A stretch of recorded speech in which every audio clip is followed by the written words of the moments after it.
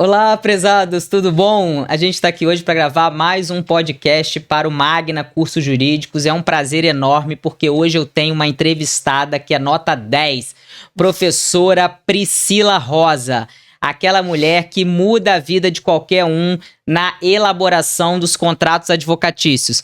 Curso nota 10 aqui no Magna que ela preparou para você que está dando os primeiros passos na advocacia e tem dúvidas sobre como elaborar um contrato de honorários. Priscila veio aqui hoje para poder sanar toda essa dúvida. Vamos fazer um bate-papo sensacional com esta mulher que é professora, que é uma grande advogada, que tem uma habilidade enorme para elaborar esses contratos. Então eu tenho certeza que a professora Priscila vai trazer para a gente vários bizus importantes na elaboração desse contrato. Então, no episódio de hoje, a gente vai falar um pouquinho sobre contratos de honorários, o que o advogado precisa saber.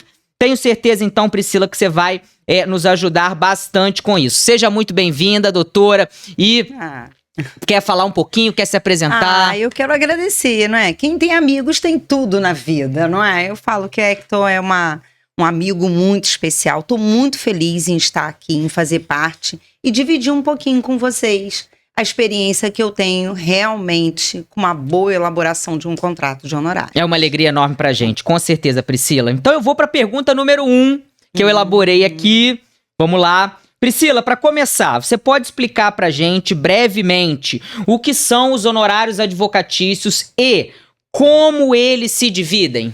Olha, isso é importantíssimo porque honorários, aí eu vou um pouquinho para o direito do trabalho, é a contraprestação do meu serviço. Perfeito. Então, eu trabalho e eu tenho que receber. Isso é importante, eu falo no curso que o advogado tem que valorizar o seu trabalho. Porque não adianta, Hector, ele ficar trabalhando, né, e receber só com o êxito da ação. Porque qual médico que faz uma cirurgia e diz pro paciente, se você ficar curado, eu recebo a cirurgia. Mas ele não fica 3, 4 horas lá no centro cirúrgico, ele não tem o trabalho dele. É uma atividade de meio, ele não promete resultado, e recebe mas previamente. Ele recebe previamente. Por que o advogado tem que ser diferente? Então, no curso eu falo muito sobre isso. Se o advogado não valorizar o seu serviço com recebimento, não acho que o seu cliente vai fazê-lo. É lógico. Então, o principal ponto, realmente o conceito, é a contraprestação, é o meu salário, é o recebimento. Agora, eles se dividem entre os contratos, os honorários pactuados, é aquilo que o advogado e o cliente vão acordar no contrato.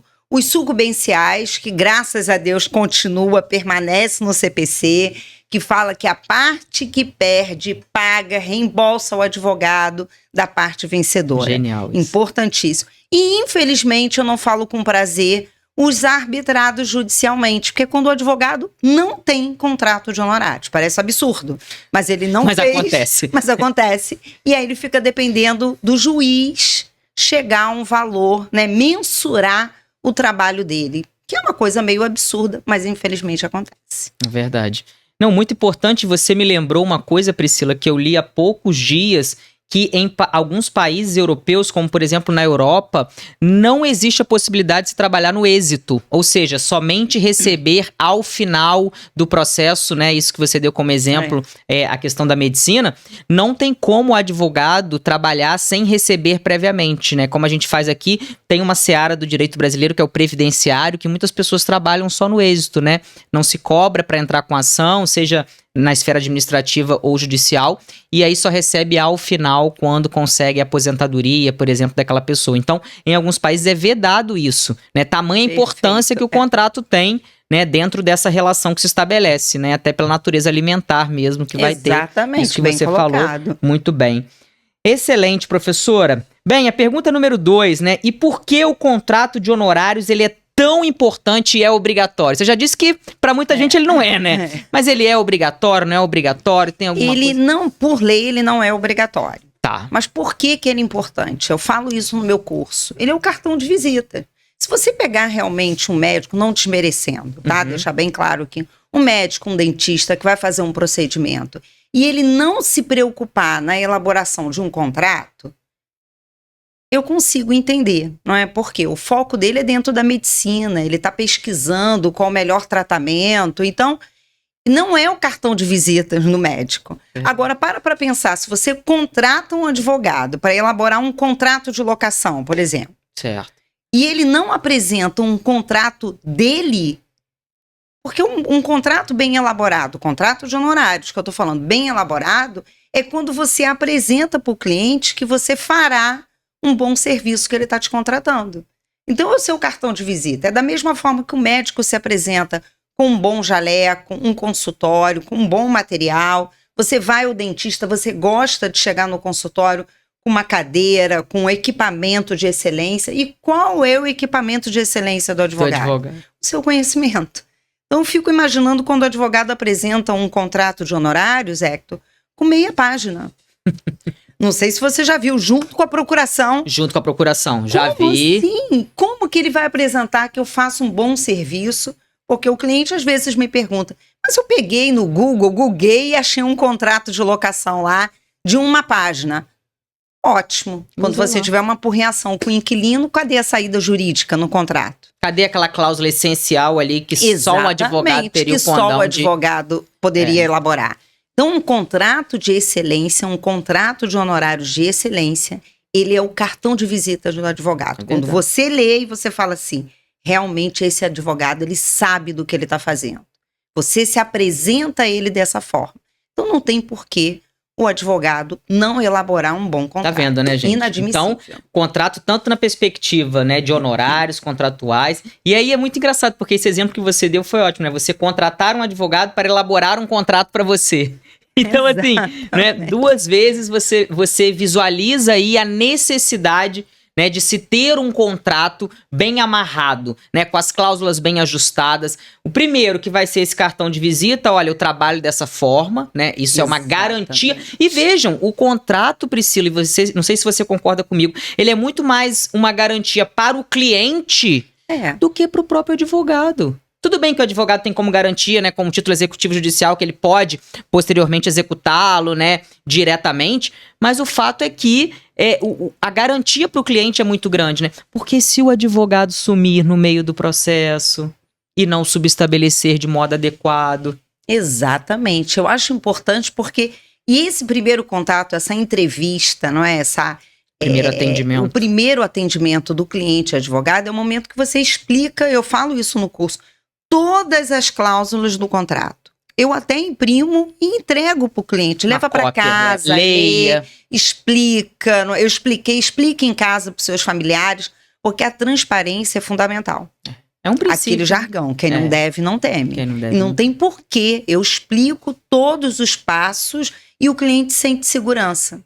Quando ele sabe o que ele pode esperar do advogado, né, que eu não vou estar disponível para ele 100% todos os dias da semana, porque eu estou fazendo audiência, porque eu estou despachando o processo dele. Então, eu acho importante também delimitar a prestação de serviço e o que o cliente pode esperar do advogado. Você falou muito bem. O advogado está na sua zona de conforto. Ele sabe que ele tem meios para cobrar. Mas e o cliente? E o cliente? É isso. Então, eu acho que realmente é fundamental hoje, né, nessa contemporaneidade que a gente vive, das relações, assim, muito fluidas mesmo, né, a gente estabelecer essa contratação da melhor forma possível e mais transparente possível, né?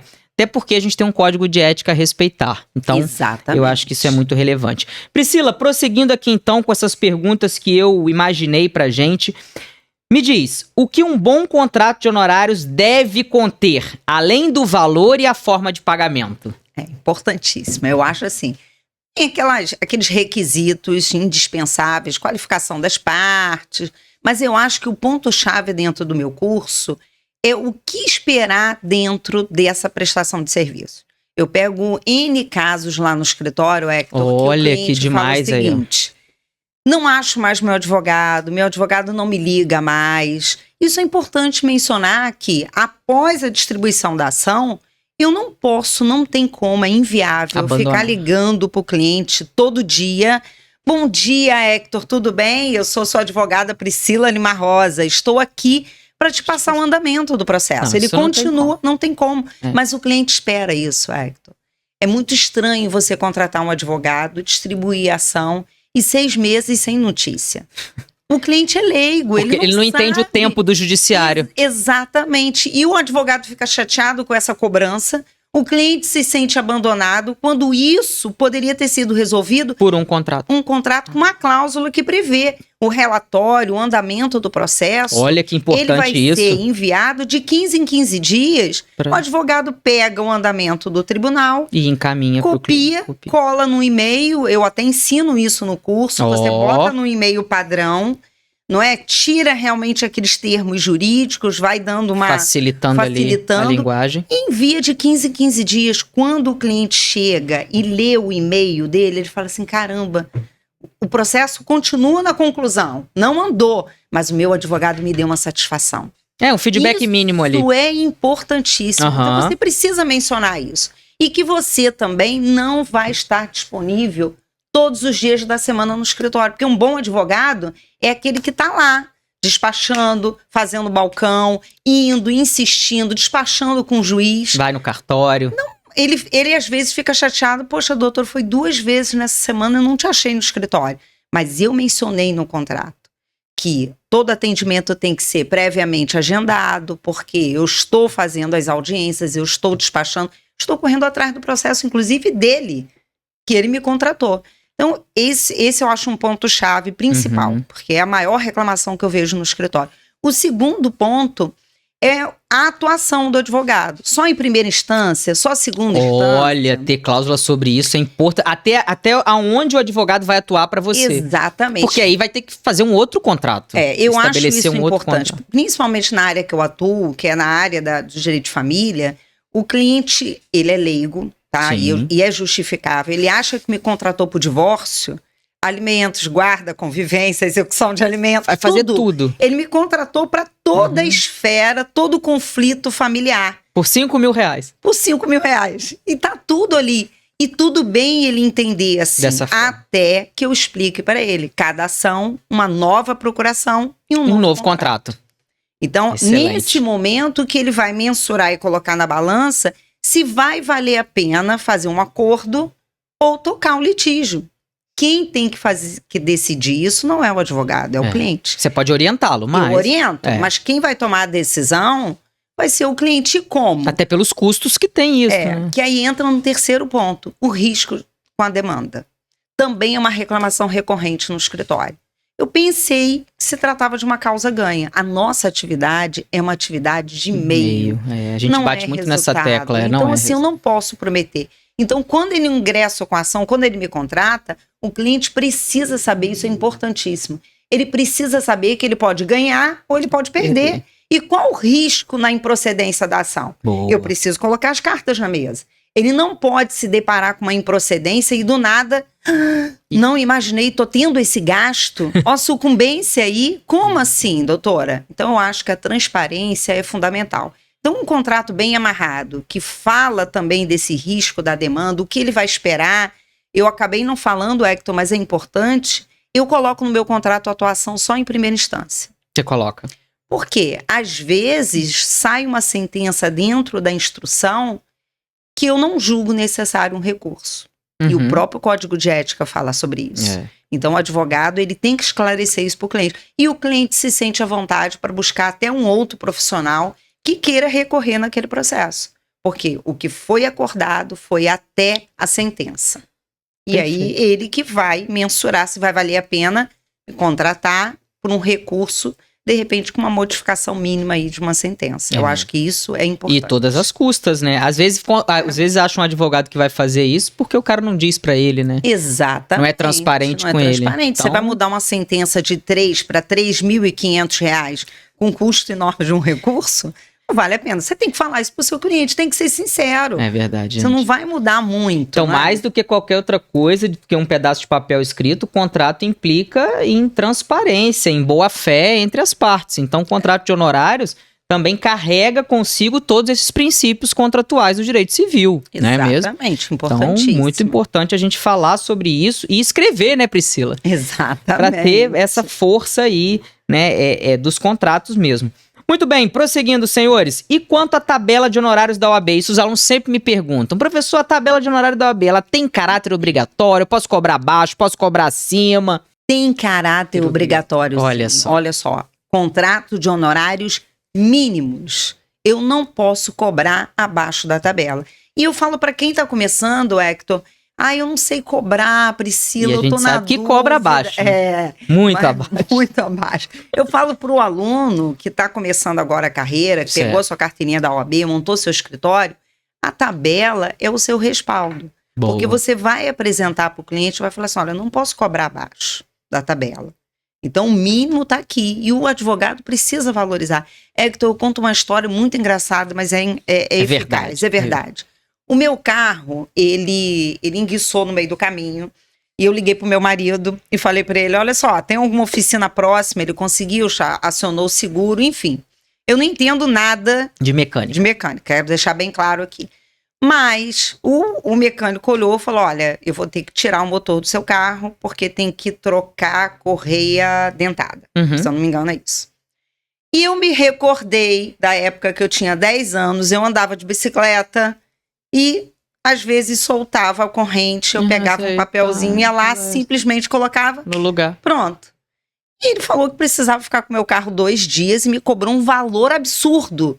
Eu, com todo respeito, não querendo desmerecer o trabalho dele, mas na hora falei, espera aí, não é só trocar uma corrente, não é? E na hora ele falou assim, não, a senhora está muito enganada. Para trocar essa corrente, eu tenho que subir com o carro. E ele me levou até a oficina. Eu tenho que ter esse equipamento aqui. Eu preciso soltar o motor do carro, tirar todos os parafusos. Então, eu preciso de 3 funcionários. Ou seja, Hector, ele detalhou todo o trabalho dele. Você julgando que era algo muito simples. Muito simples. Ao final, eu já estava ligando pro meu marido, achando até que ele estava cobrando pouco. Com pena. Realmente, esse motor, olha o peso. O trabalho que isso vai dar. E ele me deu uma lição ali de vida. Porque, na verdade, eu não estava desmerecendo o trabalho dele, eu só não sabia que dava esse trabalho todo. Por isso que eu achei o valor caro.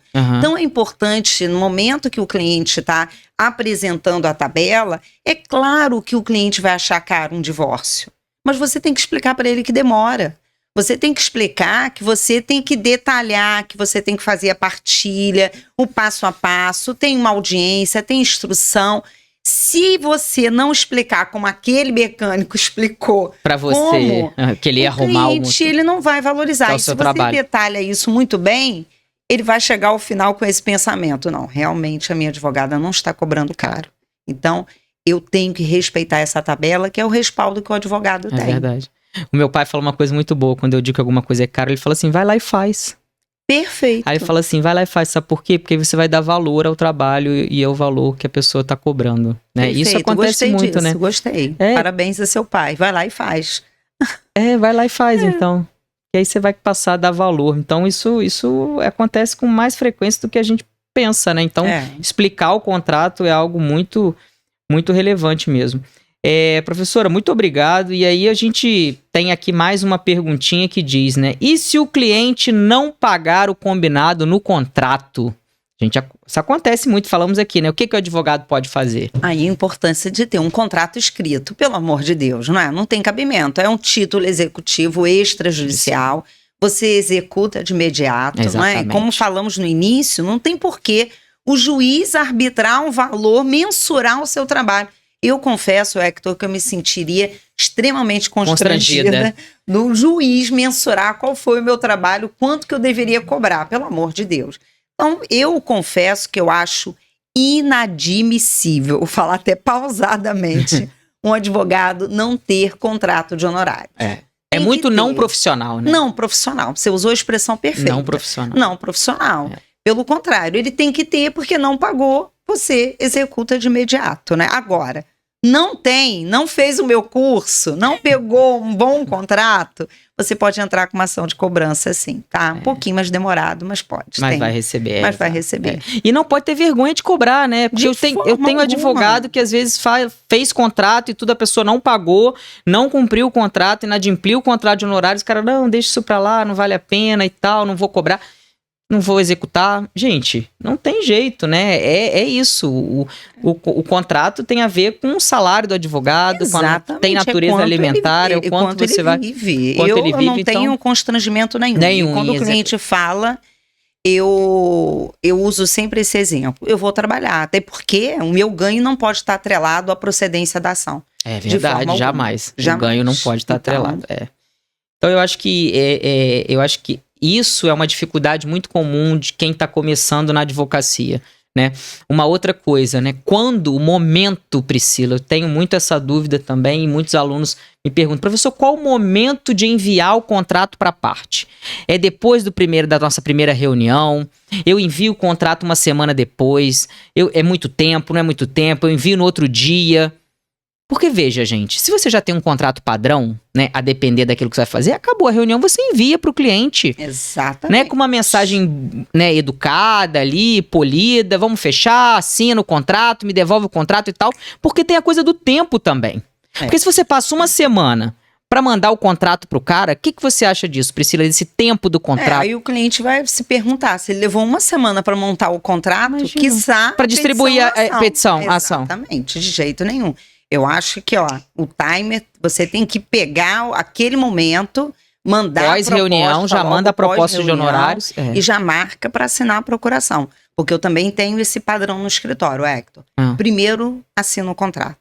Depois, assina a procuração. Nunca o contrato. Nunca o contrário. Nunca. Porque se você apaga o fogo do cliente, ele acha que seu trabalho foi fácil e ele não vai concordar. Olha só, que dica de milhões, hein? Olha, nunca, não é? Se ele já deu a procuração, você foi lá, fez a defesa, resolveu, na hora que você cobra, ele, peraí, não foi tão difícil assim. Tá me cobrando X reais pra fazer algo que ela fez com 1 minuto. Primeiro você vai assinar e vai concordar com o valor. Concordou? Agora você assina a procuração e eu entro no processo. Depois não existe, gente. Tem que ser profissional. E o cliente pode até reclamar no início, mas ele vai perceber que você é profissional. Em tudo. Ético, transparente. O tempo todo, né? O tempo todo. Priscila, essa dica pra mim foi fatal. E pra fechar, pessoal, né, pra encerrar, que conselho você daria ao jovem advogado que tá começando e muitas vezes tem um receio de falar com o cliente sobre valores? Respira e fala. Com vergonha ou sem vergonha, tem que falar. Ou manda por escrito, se não quiser falar. Manda por escrito, mas eu acho assim... Eu sempre penso, né, que o que nos motiva é a nossa necessidade. Então não tem como. Você tem que pensar que você tem contas a pagar, tem a luz do escritório, você tem que pagar o seu transporte, a sua alimentação. Então é a contraprestação do seu serviço. O dentista não tem vergonha de cobrar, o médico não tem vergonha de cobrar, o mecânico para consertar o meu carro não teve vergonha de cobrar. Enfim, vivemos numa sociedade capitalista. Então você vai ter que aprender a conviver com esse seu medo, com essa sua insegurança, que ao longo dos anos você vai se acostumando, né? Mas tem que cobrar. A advocacia é um trabalho... Se parar para pensar, eu falo isso no meu curso. O 133 da Constituição fala o quê? O advogado é indispensável à administração da justiça. Então, a nossa profissão está na Constituição. Se empodera dessa profissão. 5 anos eu falo que é a única profissão que se trabalha junto a um poder constituído da República. Exatamente, se empodera disso. Olha lá o artigo 6º, 7º do Estatuto, que não existe hierarquia entre advogados, promotores, defensores, magistrados. Exatamente. Se empodere e foi o que você falou. Você achou fácil, como seu pai disse, faça você então mesmo. Faz. O acesso ao judiciário é aberto a todos? Não. Então você pode ir lá fazer a sua defesa? Não pode, então você precisa de um advogado. Então, precisando de um advogado, você tem que pagar pelo serviço. Ninguém trabalha de graça. Então, com medo ou sem medo, olha lá o curso, aprenda a fazer um bom contrato, senta com o cliente, explica, porque se você valorizar o seu trabalho, o cliente vai se colocar no lugar e ele vai respeitar o seu valor. Agora, ele só vai respeitar se você se colocar como? Se você se colocar numa posição de coitadinho... o coitadismo não leva... cobrar, não é? R$100. Não vai adiantar. É, verdade. Agora eu me lembrei de uma outra coisa aqui, Priscila, né? Já tô pulando aqui o protocolo e tal. O que você acha do advogado cobrar consulta? Porque isso é um outro tema muito interessante. Adoro! Perfeito! Por quê? O cliente tem a mania de ficar de escritório em escritório. Isso! Qual a melhor resposta? Vou tentar, Tá. não é? Aí ele Então, vai Vai um pingando de escritório. O que eu faço que é eficaz eu ensino isso no curso, você pode cobrar um valor para consulta. Caso ele te contrate, você pode abater o valor. Isso é uma estratégia ótima, tanto mas de, eu vou ter de captação quanto e vou ter que pagar os seus honorários. Não, eu vou abater o valor.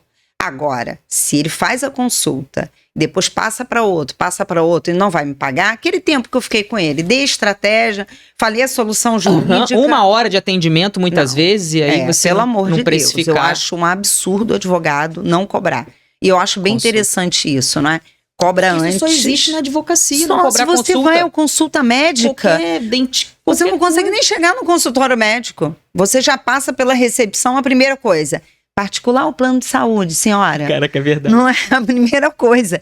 Então você tem, o cliente manda uma mensagem, eu fui indicado por alguém.